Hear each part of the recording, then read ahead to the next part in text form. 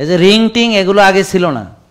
আগে গ্রামে কয়টা লোকের রিং পরানো ছিল, আর শহরে এখন দেখেন কতগুলো মানুষের রিং পরানো। এই 50-60 ঊর্ধ্ব বেশিরভাগেরই যদি রিং না থাকে অবাক হয়ে যাওয়ার মতো। কি এখনো পরান নাই? কবে পরাবেন? মানে রিং পরানো এখন একটা নর্মাল ব্যাপার হইয়া দাঁড়াইছে, বুঝেন নাই? এবং অনেকে বলে যে এনজিওগ্রাম করাবেন, যদি রিং না পরান তাহলে করার দরকার নেই, বুঝেন না? 2 বার করা যাবে না, একবারেই রিং পরায় ফেলতে হবে।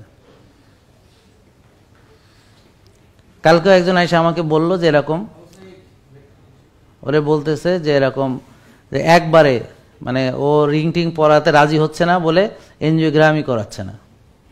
বলে যে না, আমরা একবারেই রিং পরায় দিতে হবে, বলতে হবে, নাহলে ও 2 বার করা সম্ভব না। বুঝলেন এই কথা? মানে আগেই রিং টিং রেডি করে রাইখা ঢুকাবে, তারপর বলবে যে এখন না পড়লে শেষ, তাড়াতাড়ি পরায় দেন। ওখানে একটা কাউন্সেলিং রুম থাকবে, ওখানে নিয়ে শুধু বুঝাবে যে খবরদার, খুব খারাপ অবস্থা, রিং না পরালি শেষ হয়ে যাবে, রিং না পরালি হবে না, বুঝছেন? তা আপনার যখন রিং পরাইছে এরকম ওদেরকে নিয়ে বুঝাইছে ভালো করে যে রিং না পরালে কি হবে টবে, নাকি ভুলে গেছেন? আপনি মনে নেই? আপনার কি হয় বোন? আপনার বোন? তো ওই যে আপনাদের যারা আত্মীয় স্বজন যখন ছিল, ওনারা যখন এনজিওগ্রামে ঢুকায় তখন রিং পরানোর ব্যাপারে আলাদাভাবে বুঝায় নাই? বুঝাইছে না? হ্যাঁ, ভালো করে বুঝায়, না পরাইলে শেষ বলছে না ভালো করে? হ্যাঁ, ভালো করে বুঝাইছে। আপনাদের ওরকম আছে না কেউ? রিং আর নাই কারো, একজনেরই শুধু রিং?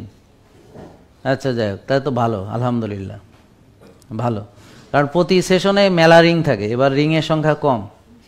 যাক, তো এখন এই যে ব্লক হলো, তার মূল কারণ হচ্ছে নষ্ট খাদ্য, processed food, ultra processed food, বারবার খাওয়া, বেশি বেশি খাওয়া, ব্যায়াম না করা, কায়িক শ্রম না করা, দুশ্চিন্তা করা, রাত জাগা, প্রকৃতির সাথে সম্পর্ক না রাখা, এগুলোর মিলিত ফসল।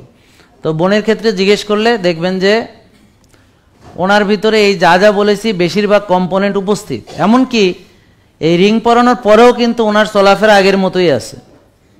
উনি ব্যায়াম করেন না, টেনশন করেন, ঘুম ঠিক মতো হয় না, আর খাওয়া কিন্তু আগের মতো, যেই খাবার খেয়ে রিং পরাইছেন সেই খাবারই রয়ে গেছে, খাবারের পরিবর্তন কিন্তু হয়নি, চলাফেরারও কোনো পরিবর্তন হয়নি। শুধু দিনে দিনে ওষুধ বেড়েছে, এই 30 বছরে শুধু দিনে দিনে ওষুধ বেড়েছে, অসুখ বেড়েছে, রোগ বেড়েছে, আর রিং পেয়েছে।